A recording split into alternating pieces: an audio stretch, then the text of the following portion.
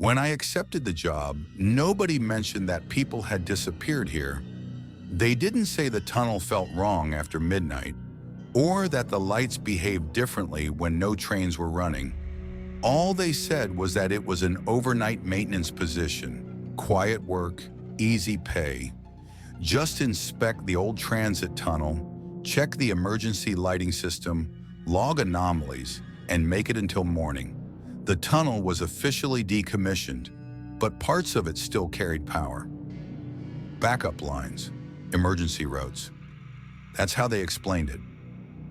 The first 2 nights were uneventful, silent, cold, boring. On the 3rd night, the moment I stepped inside, I felt something shift. The air wasn't colder than usual, but it was heavier, damp. Each breath tasted like wet concrete and rusted metal.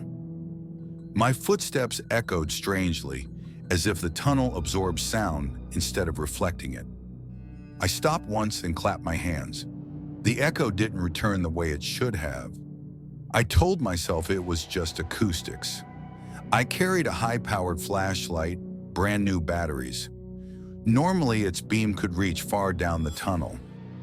That night, the light seemed to die early. The beam stretched forward, then faded, dissolving into darkness long before it should have. I stopped walking and turned the flashlight off, then on again. Same result. The darkness ahead felt thick, almost solid, like the light couldn't pass through it. That's when I felt the urge to turn around. It wasn't a sound, not footsteps, just that sensation you get when you know something is behind you. I remembered something I'd heard years ago. If you feel watched in a dark place, don't turn around. If it's real, it already knows you've noticed. I kept moving. Numbered lights passed above me, painted markers on the wall beneath them. 11, 12, 13. Each light created a small island of visibility, sharply cut off by darkness. There was no gradual fade. Light ended. Darkness began. At light number 23, it started flickering, not randomly, not like faulty wiring. The pattern was precise. 3 quick flashes, 1 slow pulse. Again and again. I frowned, opened the maintenance panel beneath it. The wiring was intact. No moisture, no loose connections. Voltage was normal. Then I heard something, a soft scraping sound. Not footsteps, not breathing, like fingernails dragging gently across concrete somewhere deep in the tunnel. I froze. I raised my flashlight and pointed it ahead. The beam stopped short, swallowed by darkness. I knew, without seeing anything, that the space ahead wasn't empty.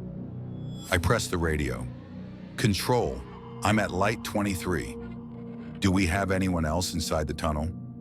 Static answered me. The light above me went out. For half a second, the darkness felt alive, pressing, closing in. The light snapped back on, and I saw it. A human-shaped silhouette stood at the far end of the tunnel, completely black, no details, no reflection. The light refused to touch it. Behind it, a shadow lagged slightly, like it didn't belong to the same body.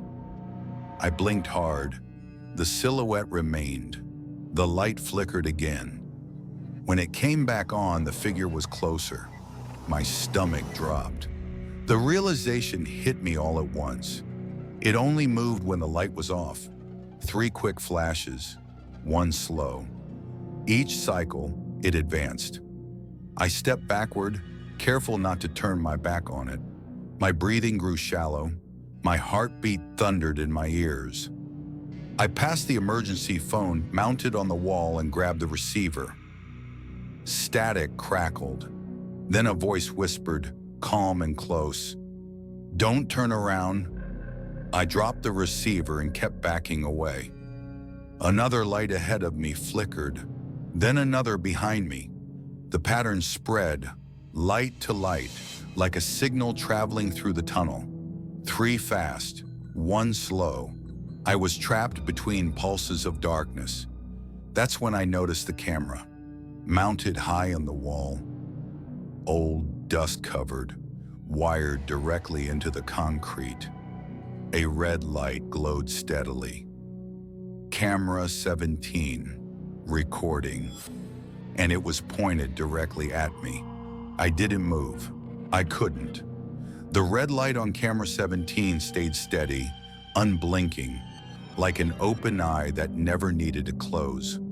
The flickering lights above me continued their rhythm, 3 fast pulses followed by 1 slow one. And with every blackout, I felt the space ahead change, compress, as if the tunnel itself was rearranging while I couldn't see it. I forced myself to breathe slowly. Panic would make me run. Running would make noise. Noise would make it move faster. The silhouette remained frozen when the light was on, its edges unnaturally sharp against the concrete. No facial features, no reflection, just a human outline filled with something deeper than shadow. The light cut out again. When it returned, the silhouette was close enough that I could tell it wasn't standing on the tracks. It was hovering just above them. I swallowed hard and stepped backward again.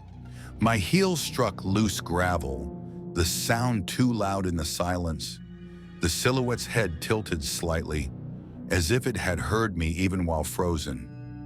I pressed the radio once more. "Control, I need you to respond. There is someone in the tunnel." Static answered, then a distorted voice slid through the noise, stretched and thin. "There is no one scheduled but you." That wasn't the dispatcher's voice. The lights went out. For a fraction of a second, I felt something pass beside me, close enough that the air shifted. Cold brushed my arm, like breath without warmth. The lights snapped back on. The silhouette was now behind me. I didn't turn around. I didn't need to. The instinctive certainty was worse than seeing it. My skin prickled, every nerve screaming that the space at my back was no longer empty. Camera 17's red light blinked once. Recording. I broke the rule and ran. My boots pounded against the gravel, the flashlight beam bouncing wildly, never reaching far enough ahead. Lights exploded into flickers as I passed beneath them, the pattern following me now, chasing me forward. 3 fast, 1 slow, 3 fast, 1 slow. I reached the service stairwell door and grabbed the handle, locked. My hands shook so badly I fumbled with the keys, dropping them once, twice. Footsteps sounded behind me, no longer hidden, no longer patient, not footsteps made by shoes, something heavier, irregular. I forced the key into the lock and turned it just as the light went out. The door flew open. I slammed it shut behind me and locked it, throwing my weight against the metal as the darkness pressed on the other side. The impact rattled the frame once, then stopped. Silence. I ran up the stairs without looking back. Halfway up, I glanced through the narrow reinforced window that overlooked the tunnel. Every light was steady. No flicker, no silhouette, no movement. My reflection stared back at me, pale and shaking. I told myself it was over. It wasn't. In the service room above, I finally got a clear signal. The dispatcher answered immediately this time, too quickly. "You need to stay where you are," he said. "Don't re-enter the tunnel." "What was that thing?" I asked. He hesitated. "There are areas that were sealed for a reason," he said carefully. "Power was never fully cut." I locked the door and sat down hard in the chair, my heartbeat refusing to slow. That's when I noticed the camera in the corner of the room. Small, old, red light on, camera 17. I stared at it, dread settling into something colder and heavier. I opened the camera system on the computer, my fingers stiff. Most feeds were empty, normal. Then I saw it. Cam 17. Active. The feed showed the tunnel. It showed me. Running. The timestamp glowed at the bottom of the screen. It was 5 minutes ahead of the current time. I watched myself reach the stairwell door, struggle with the lock, escape into safety. Then the feed continued. It showed me entering this room, sitting in this chair, opening this very screen. The image nested into itself, camera within camera, repeating endlessly. Text appeared across the feed. The light was never the warning. It was the signal. Behind me, the service room camera clicked softly as it adjusted focus. The red light blinked again. Recording. I pushed the chair back slowly, careful not to make noise, as if sound alone could trigger whatever was recording me. The service room felt smaller than it had moments before. The walls seemed closer, the air heavier. The red light on camera 17 remained steady, reflecting faintly off the monitor like a second heartbeat in the room. I didn't want to look at the screen again, but I did. The feed was still running, still showing the tunnel, still showing me. Only now the version of me on screen stood perfectly still beneath light 23, head tilted upward, staring directly into the camera lens. He wasn't breathing. His chest didn't rise. His posture was wrong, too rigid, like a mannequin posed to resemble a person. I checked the timestamp. It matched the present moment exactly. My phone buzzed in my pocket. The sudden vibration nearly made me shout. I pulled it out with shaking hands. No signal bars, no service, just a notification banner with no sender. Light failure, section 23. I swallowed and looked back up at the screen. The figure wearing my body lifted its arm. I didn't. The arm on the screen rose slowly, joints moving in a way that looked practiced rather than natural. The hand reached up toward the light fixture above it, fingers spreading wide. The light went out. The feed cut to black for a single frame. When the image returned, the figure was gone. The tunnel was empty. I exhaled sharply, not realizing I'd been holding my breath. Maybe that was it. Maybe whatever loop I'd triggered had ended. Maybe the camera had finished recording whatever it needed. Behind me, the service room light flickered once. Then again, 3 fast pulses, 1 slow, the same rhythm. I stood up so quickly the chair scraped loudly against the floor. The service room door handle rattled, just once, as if someone on the other side had tested it and decided not to push yet. The radio on the desk crackled to life without being touched. "Do you see it now?" the dispatcher asked. His voice sounded wrong, flattened, stretched, like audio pulled from a bad recording. "See what?" I asked, forcing my voice steady. "The system," he said. "You're inside it." I stepped backward until my shoulders touched the wall. "You said this place was safe." "It was," he replied, "before the tunnel learned how to keep what entered." The lights dimmed. On the monitor, Cam 17 switched feeds. Now it showed the service room. It showed me, standing against the wall, eyes wide, breathing too fast.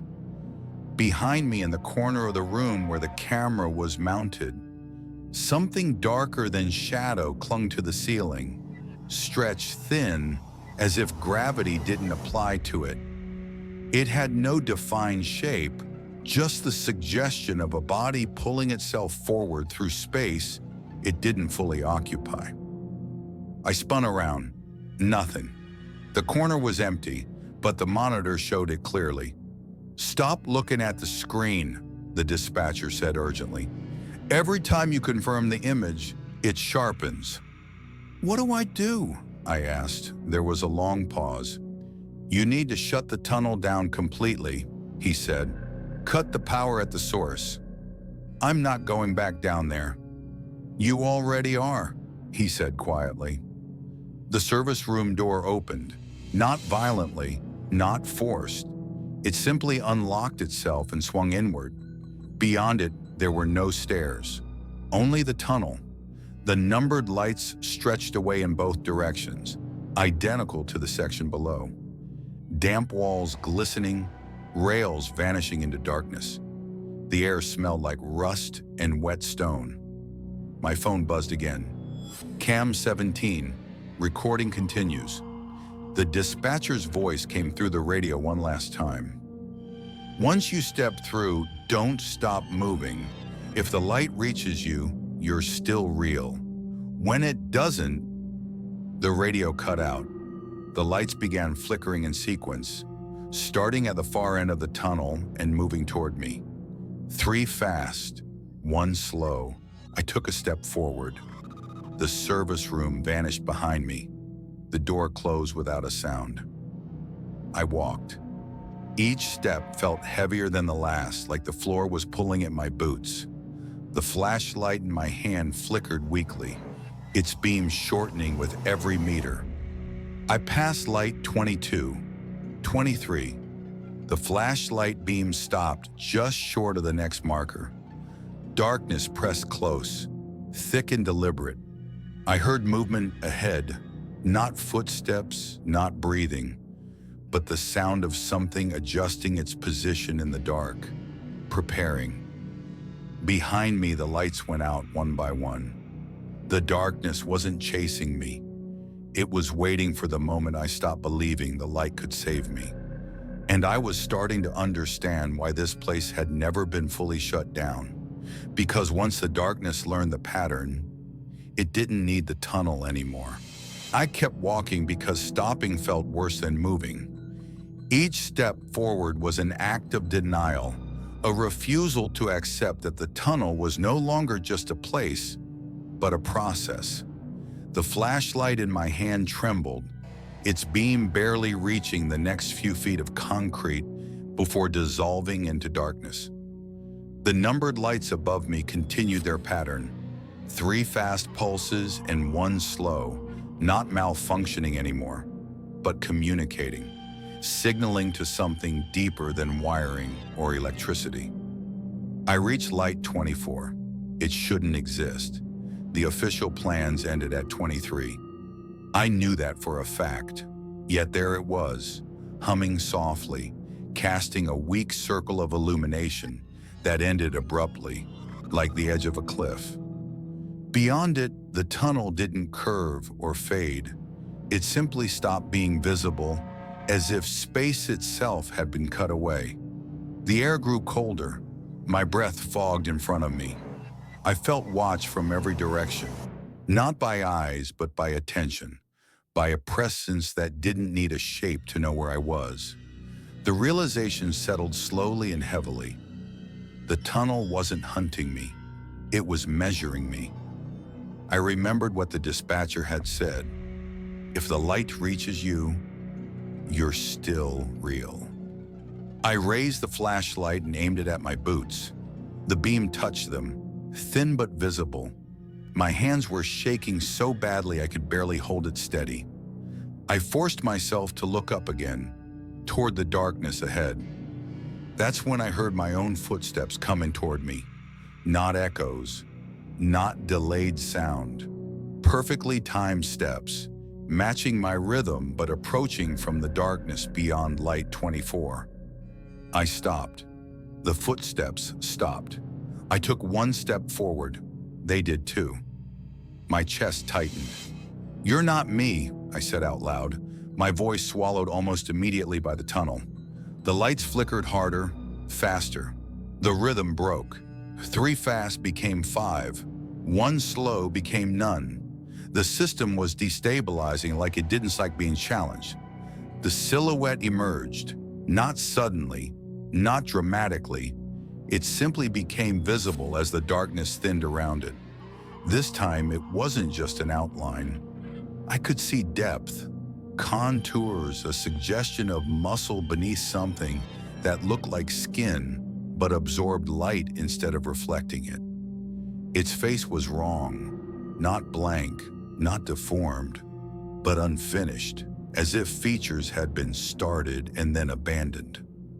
Behind it, the shadow lagged again, delayed by a fraction of a second, mimicking movements after they happened. It took a step toward me. I didn't move. The flashlight beam trembled but stayed on my boots. The light still reached me. The silhouette paused. I understood then. The tunnel wasn't powered by electricity. Electricity was just the language it used. What fed it was attention, recognition, repetition. Every camera that watched it, every technician who inspected it, every person who tried to understand what it was, they were teaching it how to exist more clearly. Camera 17 hadn't been a warning, it had been a classroom. "You don't get to leave," the silhouette said, and when it spoke, the sound wasn't carried by air. It arrived directly inside my head, wearing my own voice. "But you get to choose what stays." I thought of the service room, the monitor, the looping footage, the moment I had watched myself watching myself, the point where observation became participation. Slowly, deliberately, I lowered the flashlight. The beam slipped off my boots. For half a second, I felt weightless, unreal, like an image losing resolution. Panic surged, sharp and immediate, but I held it down. I raised the flashlight again, forcing the beam back onto my feet. The light reached me. I was still real. The silhouette recoiled slightly, its delayed shadow snapping back into alignment. That was it. That was the rule. I couldn't destroy the tunnel. I couldn't shut it down, but I could starve it. I turned around and walked back toward the service room door, keeping the flashlight trained on myself the entire time. The lights above me flickered wildly, some going dark completely, others burning too bright before exploding with a sharp crack. The tunnel screamed, not with sound, but with pressure, with resistance, like something tearing under strain. Footsteps followed me, erratic now, desperate. The silhouette lunged once, crossing the boundary of light, and for the first time it screamed aloud. The sound was thin and fractured, like audio tearing on an old tape. The flashlight beam flickered. I tightened my grip and kept moving. The service room door appeared ahead of me, exactly where it should have been. I reached it, never looking back, never letting the beam leave me. I grabbed the handle and pulled. The door opened. Light flooded in. Real light. Stable light. The tunnel behind me collapsed into darkness, not closing physically but losing coherence, like an image corrupted beyond repair. I stepped through and slammed the door shut. The lights in the service room held steady. The camera in the corner sparked once, then went dark. The red recording light died. Silence returned. Hours later, daylight crews found me sitting against the wall, flashlight still on, beam pointed at my boots. I couldn't speak at first. When I finally did, they told me I'd been missing for almost 6 hours. The tunnel showed no damage, no extra lights, no camera 17. But the section was sealed permanently that morning. I quit the same day. Sometimes late at night, when I turn off the lights in my apartment, I feel that familiar pressure, that sense of being measured. I keep a flashlight by my bed now. I test it every night. Fresh batteries, strong beam. Because I learned something important down there. Darkness doesn't need to chase you. It just waits for the moment the light stops reaching you.